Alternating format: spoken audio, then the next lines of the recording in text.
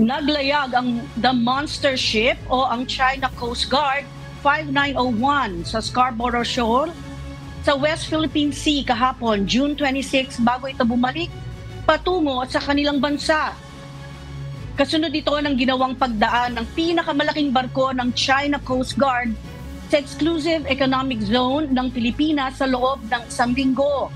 Ayon kay US Air Force official at ex-defense attaché Ray Powell, namataan ang pagdaan ng naturang dambuhalang barko sa loob ng 1 hanggang 2 kilometro ng Scarborough Shoal, bandang alas 7 ng umaga nitong Miyerkules.